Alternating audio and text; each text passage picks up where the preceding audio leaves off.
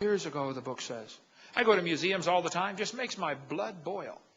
You see hundreds and hundreds of kids coming past these incredible displays. I mean, beautiful big dinosaur skeletons. And guess what the sign says at the bottom? Millions of years ago. See, Christians don't seem to understand this.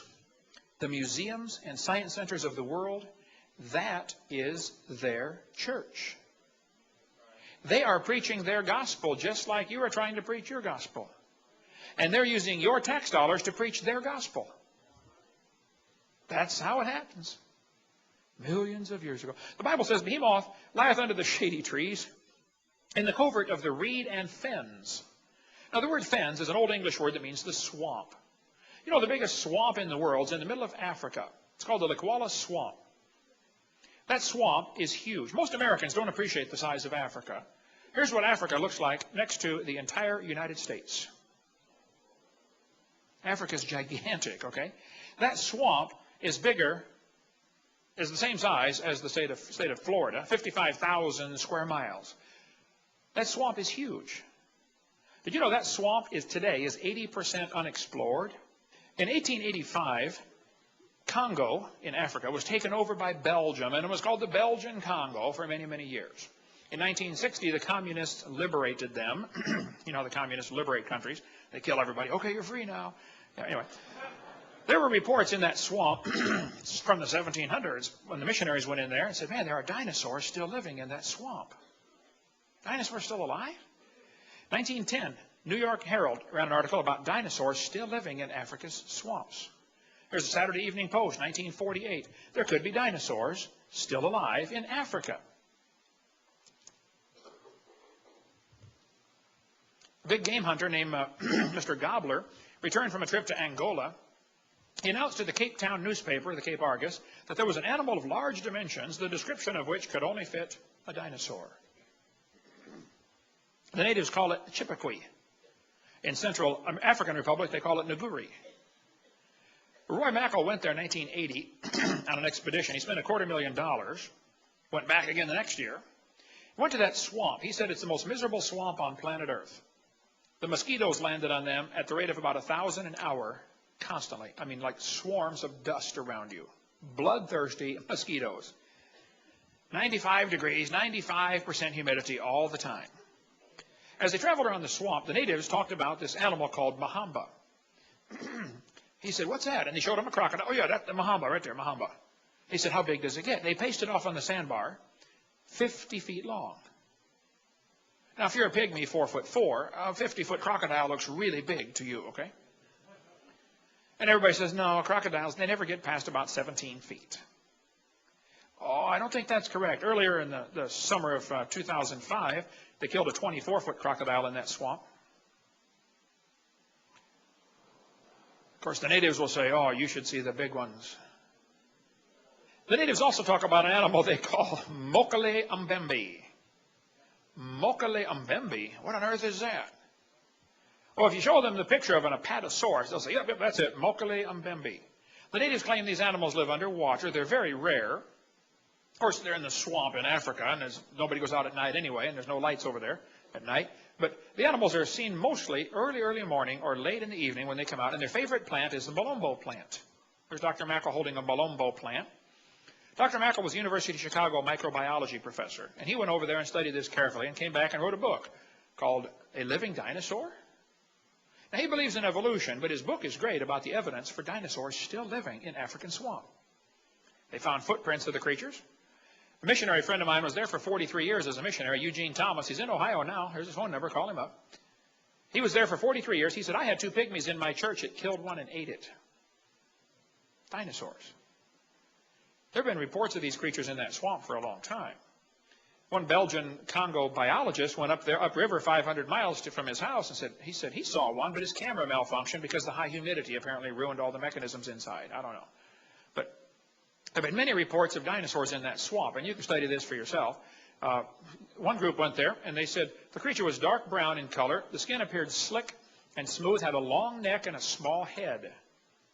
They heard it. They saw it. It was making a roaring noise, and the government officials even saw it. There's an article here in the Boston Herald newspaper about a group going over to look for the dinosaurs still alive in the Congo swamp. All you got to do is type in cryptozoology. Crypto means hidden. Zoology means study of animals. Cryptozoology, you'll find all kinds of stuff about dinosaurs still living. The natives claim these animals live in caves along the side of the river. William Gibbons has been there 4 times now to the Congo swamp. He and I wrote this book together for kids, Claws, Jaws, and Dinosaurs. William Gibbons wrote me a letter. He said, according to our guide, Pierre Sima, we were the first white men to actually penetrate the forest and swamps bordering the Boamba River. Our informants, almost all of them Baka pygmies, with the exception of an elderly Cameroonian Muslim, are perfectly familiar with all the known and unknown animals of the swamps. While they do not regard Lakila Mbembe, it's a different language, okay, as being an unusual animal, they do fear the creature because of its ferocity in attacking hippos, elephants, and crocodiles.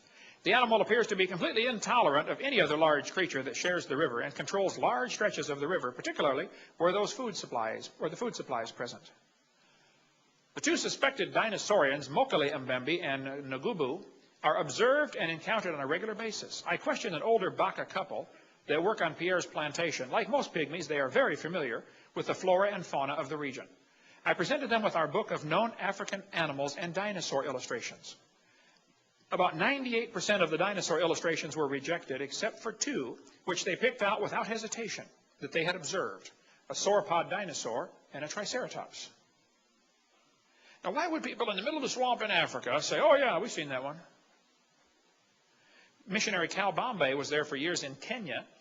He said he and his wife saw one of these creatures, but the plates on the back were bigger, more like a stegosaurus. Down in South America, they've got the Amazon jungle, which is huge. In 1907, the British Army sent Colonel Fawcett to mark the boundary between Brazil and Peru.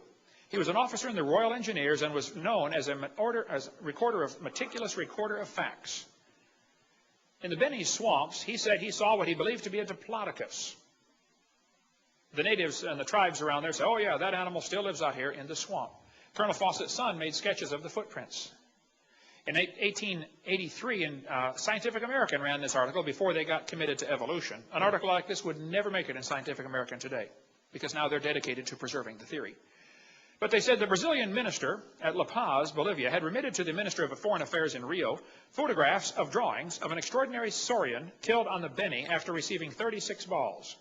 By order of the president, the dried body, which had been preserved and was sent to La Paz. It was 12 meters long, 39 feet, from snout to point. It had scale armor.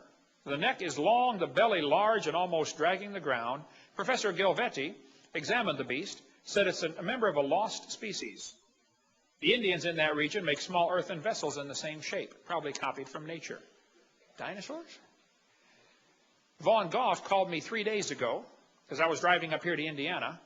He said, yeah, the natives in his area talk about a lizard that's 30 feet long, 5 feet tall, makes a thundering noise to startle its prey. The native Waiwai Indians call it Uru Fairy, and they are terrified of this creature.